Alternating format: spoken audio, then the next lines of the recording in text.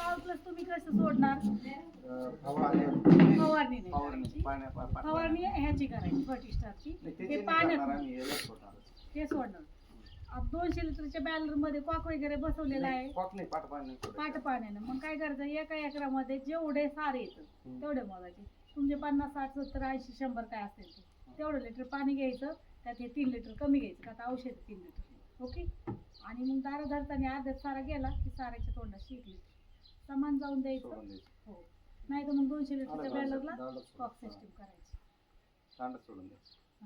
साऱ्याच्या तोंडाशी अर्धा सारा गेला सारा म्हणजे गेलं 1 लिटर सोडून द्यायचं. समजा 1 एकर तुमची 10 सारी ना, तर 10 लिटर पाणी करायचं. एक उदाहरण. चालतंय. तुम्हाला 4-5 दिवसात हलका हलका रिझल्ट दिसतो. 10-11 दिवसात खूप छान रिझल्ट, फास्ट रिझल्ट आहे. रिझल्टला लई दिवस लागत नाही. 10-12 दिवस. हा, आणि रिझल्टची जबाबदारी माझी 100% गॅरंटी. एकच नंबर आहे विषय. क्वालिटी क्वांटिटी पण राहिली पाहिजे त्याला. परत त्याला कलर पण टिकून राहिला पाहिजे. कलर येतो, आकार राहतो, चकाकी कलर ते तुमच्या ब्यावर असं जे जसं ती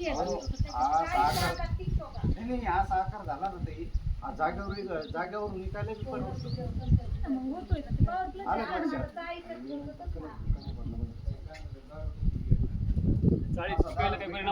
कांदा झाला तरी हो, हे केमिकल नाहीये, जैविक आहे.